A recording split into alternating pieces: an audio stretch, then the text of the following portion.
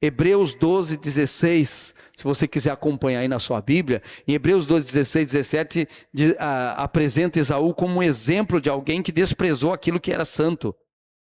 E lá está escrito assim: e ninguém seja devasso ou profano, como Esaú, que por uma refeição vendeu o seu direito de primogenitura. Vendeu o seu direito. Pelo que nós podemos vender o nosso direito? O que é o nosso direito, irmão? Deixa eu perguntar para você. Você sabe o que é o teu direito? Você sabe o que significa ter o teu direito? Porque Esaú e Jacó, só um tinha direito. Os dois não podiam herdar a mesma bênção. Lá no tempo da lei, era um que podia herdar a bênção. Hoje, todos nós podemos herdar essa bênção. Mas você sabe o que é o direito? O que te dá direito a essa bênção? O que faz de você uma pessoa que tem esse direito? Aqui está escrito: ninguém seja profano, devasso ou fornicário, a Bíblia chega a falar, ou devasso ou profano, como Esaú, que por uma refeição vendeu o seu direito de primogenitura. O que significa profano? Tratar aquilo que é secular, tratar as coisas santas como se fosse secular. Você entende isso? Existem coisas santas e coisas seculares. Por exemplo, o dízimo é secular? Não, o dízimo é santo. Ele é uma coisa santa. Nos dá direito às bênçãos de Deus, prometidas através do dízimo, que é uma coisa sagrada, que é uma coisa santa. Nós temos o direito de receber. Por ser o quê? Crentes, fiéis, que acreditam naquilo. E por isso, obedecem. Então isso nos dá direito na primogenitura. Ou seja, isso nos dá direito na bênção. E a Bíblia diz: ninguém seja devasso ou profano como Esaú, que por uma refeição vendeu o seu direito de primogenitura. Por uma refeição. Por que Adão e Eva perderam o paraíso? Por uma fruta. Porque comeram de uma árvore que não tinha que comer, que pertencia a Deus. Então aquilo que é santo, santo significa separado, aquilo não pode ser tratado como profano. A gente ouve profano como uma coisa ruim. Não, profano é uma coisa secular. Por exemplo, Deus nos dá a nossa parte, de tudo é de Deus, mas aí nós trabalhamos, recebemos o nosso salário. Nós tiramos a parte santa.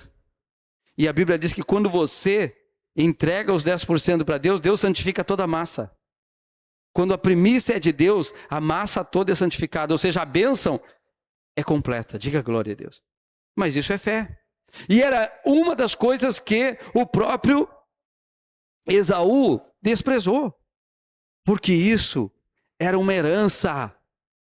As pessoas, muitos, vivem apenas olhando para as coisas naturais. Deixa eu explicar algo para você. Se Deus é verdadeiro, preste atenção no que eu vou dizer para você. Você não vive dos governos, você não vive das coisas desse mundo, você vive da porta que Deus abriu diante de você. A Bíblia diz que essa porta é Jesus. Jesus falou: eu sou a porta, e aquele que entrar por mim entrará e encontrará o alimento. O que é alimento? É o suprimento que você precisa para você viver e achará o descanso para a sua alma. Entenda uma coisa, você nunca terá descanso enquanto não entender que tem uma porta aberta diante de você, que você entra por ela. Agora é uma escolha entrar, porque essa porta é estreita. Sim ou não? Sim ou não? A porta é estreita, significa que o quê? Que a maioria não vai entrar, que a maioria vai ser como Esaú. Não, eu vou comer a minha refeição, como Adão e Eva. Não, eu vou comer da fruta que Deus disse que não é para comer. Sempre Deus reservou algo para ele. Então tudo que pertence a Deus tem que ser considerado sagrado, considerado santo. E a bênção decorre desse temor. Desse temor. Se a gente não tem temor, a gente faz de qualquer jeito. Mas se a gente tem temor de Deus, a gente vai fazer certinho. Amém, irmãos? Porque a gente tem temor de Deus. A gente crê na promessa. A gente depende de Deus. Quando a gente diz que depende de Deus, tem que depender mesmo. Ele vai abrir a porta, Ele vai te dar força, Ele vai te dar sabedoria, Ele vai te dar graça, Ele vai te capacitar. E você vai glorificar a Deus na sua maneira de viver. Jacó sabia disso, então Jacó lutou, e Jacó, quando saiu da casa do pai dele e da mãe dele, saiu sem nada, e a bênção da primogenitura dizia que ele herdaria toda a herança do pai dele, de Abraão e de Isaque, mas ele deixou tudo para herdar a bênção, e ficou jurado de morte, e ele pagou o preço, mas a Bíblia diz que quando ele voltou, 20 anos depois, ele voltou riquíssimo, abençoado, e o seu irmão fez paz com ele. Diga glória a Deus. Por quê? Porque ele acreditou na bênção. Acredite na bênção. Olha, não tem como a nossa vida mudar se nós não acreditar nessas coisas. Amém, irmãos? Estas são coisas espirituais. Então a Bíblia fala aqui que a gente, ninguém, o apóstolo Paulo, guiado pelo Espírito Santo, está dizendo para cada um de nós, ninguém seja devasso ou profano como Esaú. Por que ele era devasso? Ou, tem uma tradução nessa palavra que diz fornicador. Porque ele andava, ele não respeitava o seu pai e sua mãe. O seu pai e sua mãe diziam, não é para você namorar as mulheres dessa terra. Não é para você casar com as mulheres dessa terra. Pois ele ia lá e trazia mais uma. Ia lá e trazia mais outra. E as mulheres que ele trazia incomodava a mãe dele, entristecia o coração. Parece que ele fazia as coisas para entristecer. Ele tinha um espírito assim. Então a Bíblia diz, ninguém seja assim. Quem está entendendo, diga amém. Ninguém seja uma pessoa que gosta de incomodar, que gosta de fazer as coisas contrárias. Porque a Bíblia manda que a gente honra a Deus em primeiro lugar, depois manda que a gente honra o pai, manda que a gente honra a mãe e manda que a gente honra a autoridade. Então, é um sistema de honra. E Esaú tinha um problema com isso. Por isso ele ficou sem a bênção e mesmo chorando, a Bíblia diz que ele não encontrou o perdão. Ou profano como Esaú, porque por uma refeição vendeu o seu direito da primogenitura. Então o texto de Hebreus chama atenção para uma palavra muito forte, profano. Profano é aquele que trata como comum aquilo que deveria ser considerado santo e precioso. Esaú olhou para uma bênção espiritual e a comparou com um prato de comida. Sabe? E esse é o maior erro que as pessoas cometem. Eu estou com 34 anos de igreja e eu já vi muito disso.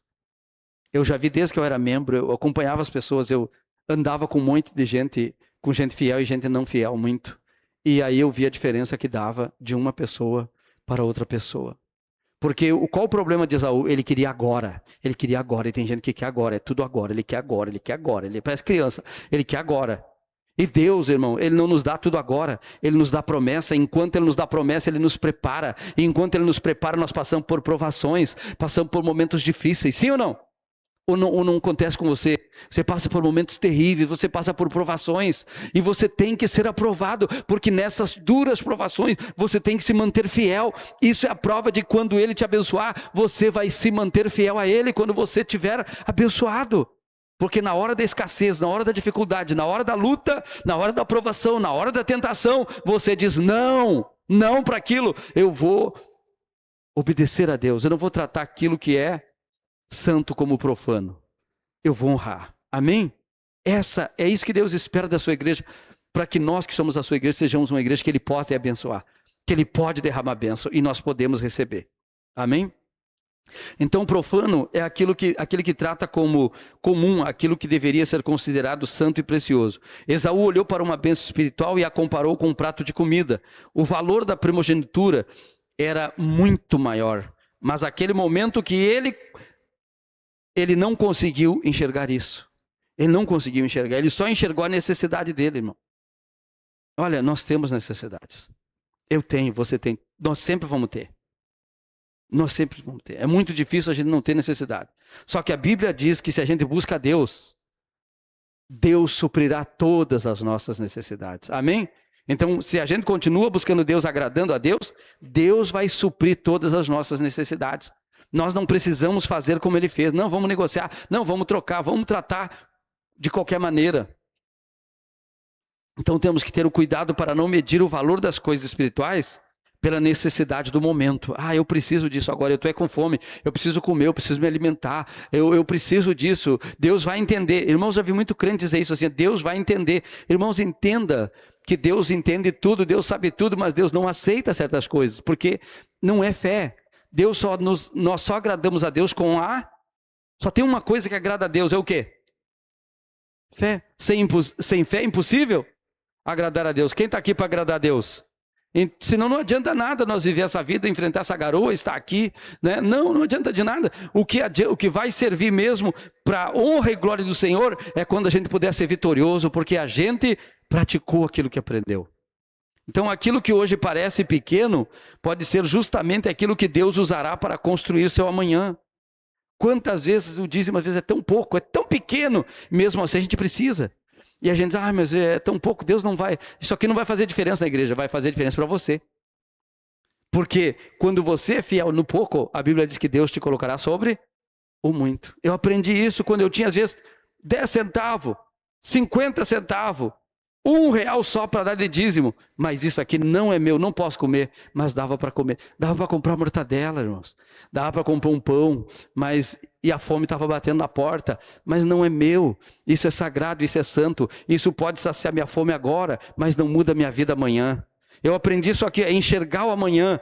Amanhã Deus prometeu que vai mudar. E eu não quero só ter um real para comer pão, para comer mortadela. Eu quero que um dia ter uma mesa abastada. Então eu tenho que ser fiel agora, quando eu estou em crise, quando eu estou com fome, quando eu tenho pouco, quando parece que não tem saída, eu quero ver Deus agir, eu preciso ver. E eu aprendi assim, porque eu sabia e eu sei, que não teria como Deus mudar a minha vida se eu agisse diferente. Porque Deus, embora seja perdoador, misericordioso, mas Ele é justo. Não pode mudar a sua palavra. E a sua palavra já prometeu que se eu for fiel, Ele é mais fiel do que nós ainda.